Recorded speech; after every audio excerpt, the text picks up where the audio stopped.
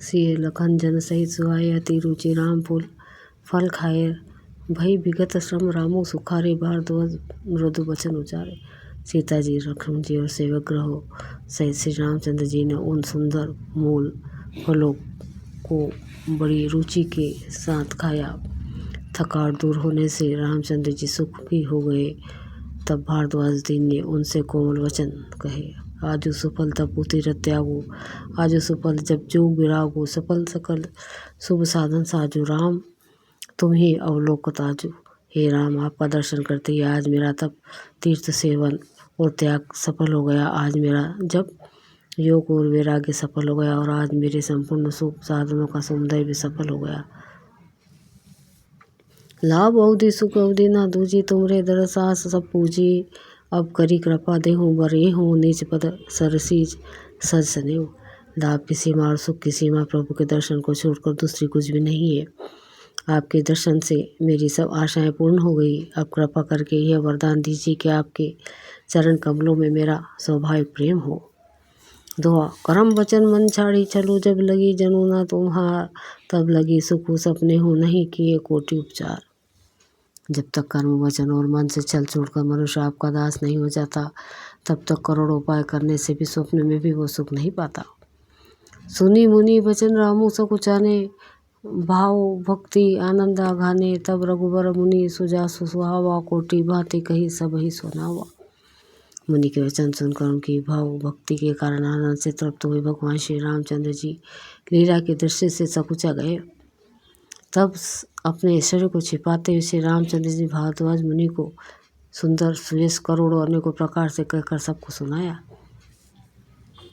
सो बड़ सो सब गुण गन गेहूँ जेहि, मुनि से तुम आदर देहूँ। मुनि रघुवीर परस्पर गना, वही वचन आगोचर सुख अनुभव हुई। उन्होंने कहा, हे मुनीश्वर, जिसको आप आदर दे वही बड़ा है और वही सब गुण समूह का घर है। इस प्रकार श्री राम जी और मुनि भारद्वाज जी दोनों परस्पर विनम्र हो रहे हैं और अनिवार्य सुख का अनुभव कर रहे हैं। यह सुधी पाई प्रयाग निवासी, बटु तपास मुनि सिद्ध उदासी। भारद्वाज आश्रम सभाए लेखन, देखन दशरथ सुहान सुहाए।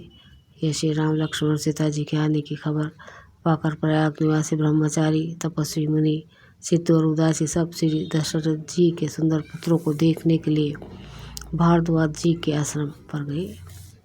राम प्रणाम किन्ना सब काहूँ, मुदित भय रही लोयन लाहो। देहि आशीष परम सुख पाई, फिरे सहरत सुंदरता ही।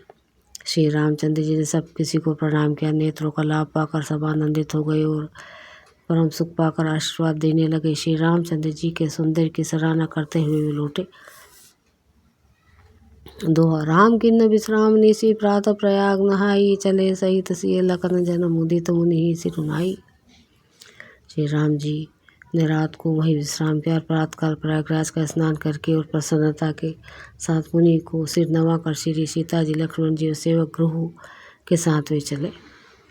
राम सब प्रेम कहु मुनि पाई नाथ, कहिया हम केहि मग जाहि। मुनि मन बिहसी मन राम सन कही, सुगम सकल मग तुम कहूँ आहहि।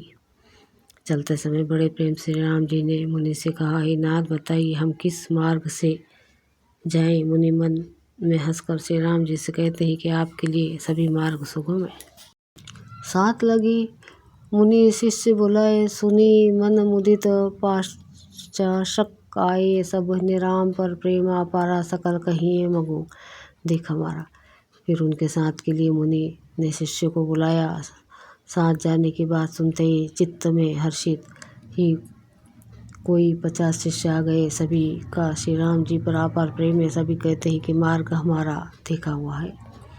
मुनि बटुचारी संग तब दिन ने, जिन्न बहुत जन्म सुकृत सब किन्ने। करी प्रणाम से आय सुपाई, प्रमुदित हृदय चले रघुराई। तब मुनि ने सुनकर 4 ब्रह्मचारियों को साथ कर दिया, जिन्होंने बहुत जन्मों तक सब सुकृत पुण्य किए थे। श्री रघुनाथ जी प्रणाम कर उस ऋषि की आज्ञा पाकर हृदय में बड़े ही आनंदित होकर चले।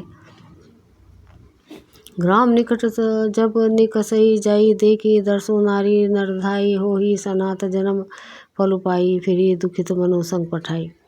जब ये किसी गांव के पास होकर निकलते हैं तब स्त्री पुरुष दौड़कर उनके रूप को देखने लगते हैं। जन्म का फल पाकर वे सदा के असनाथ हो जाते हैं और मन को अनाथ के साथ भेजकर शरीर से साथ ना रहने के कारण दुखी होकर लौट जाते हैं। दो विदा किया बटू विनय करी फिरे पाई मन काम उतरी नहाए जमुन जल जो शरीर सम श्याम।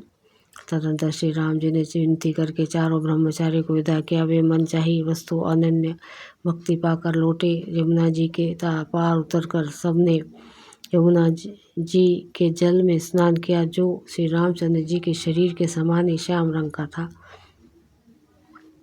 सुनत तीरबासी नर नारी धाये निज निज काज विसारी तखन राम सिंह सुंदरताई देखी करी निज भाग्य बढ़ाई। यमुना जी के किनारे पर रहने वाले स्त्री पुरुष यह सुनकर इन्हें साथ के साथ दो परम सुंदर सुकुमार नवयुवक और एक परम सुंदर स्त्री आ रही है। सब अपना अपना काम भूलकर दौड़े और लक्ष्मण जी श्री राम जी और सीता जी का सौंदर्य देखकर अपने भाग्य की बढ़ाई करने लगे। अति लालसा बसी मन माही नाऊ गाऊँ बुझत सकुचाही जे तिन्न महू वाया बिरधि सयाने तिन्न करी जुगुति राम पहचाने। उनके मन में परिचय जानने की बहुत सी लालसाएं भरी है। मन में नाम गाँव पूछते सकुचाते हैं। उन लोगों में जो वायुव्रत और चतुर थे उन्होंने युक्ति से श्री रामचंद्र जी को पहचान लिया।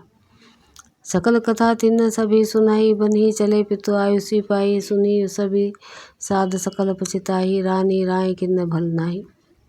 उन्होंने सब कथा सब लोगों को सुनाई कि पिता की आज्ञा पाकर ये वन को चले हैं। यह सुनकर सब लोग दुखित हो पछताते रहे कि रानी और राजा ने अच्छा नहीं किया। तही अवसर एक तपासु आवा तेज पुंज लघु वैसुहावा कवि आलखित कति विशु विरागी मन क्रम वचन राम अनुरागी। उसी अवसर वहाँ एक तपस्या आया जो तेज का पुंज छोटी अवस्था का और सुंदर था। उसकी गति कभी नहीं जानते अथवा वो कवि था जो अपना परिचय नहीं देना चाहता था। वो वैराग्य के वेश में था और मन वचन तथा कर्म से श्री रामचंद्र जी का प्रेमी था। इस तेज पुंज तपास के प्रसंग को कुछ टीकाकार संक्षेप मानते हैं और कुछ लोगों ने देखने में यह अप्रासंगिक और ऊपर से जोड़ा हुआ सा जान भी पड़ता है, परंतु यह सभी प्राचीन कृतियों में है। गुस्साई जी अलौकिक अनुभवी पुरुष थे। पता नहीं यहाँ इस प्रसंग के रखने में क्या रहस्य है, परंतु आक्षेपक तो नहीं है। इस तपास को जब कवि अलखित गति कहते हैं तब निश्चय पूर्वक कौन क्या कह सकता है। हमारी समझ से ये तपास या तो श्री हनुमान जी थे अथवा ध्यानस्थ तुलसीदास जी थे। दोहा सजल नयन तन पुलकी निज इष्ट देव पहचानी परे दंड जी में धर नितल दशा ना जाई बखानी। अपने इष्ट देव को पहचान कर उनके नेत्रों में जल भराया और शरीर पुलकित हो गया। वह दंड की भांति पृथ्वी पर गिर पड़ा। उसकी प्रेम विहल दशा का वर्णन नहीं किया जा सकता। राम स प्रेम पुलकी उर लावा परम लंक जनु परासु पावा मन हो प्रेम परमारतु दो मिलत धरे तन कहूँ सबको। श्री रामचंद्र जी ने प्रेम पूर्वक पुलकित होकर उसको हृदय से लगा लिया। उसे इतना आनंद हुआ मानो कोई महादरिद्री मनुष्य पारस पा गया हो। सब कोई देखने वाले कहने लगे कि मानो प्रेम और परमार्थ परम तत्व दोनों शरीर धारण करके मिल रहे हैं।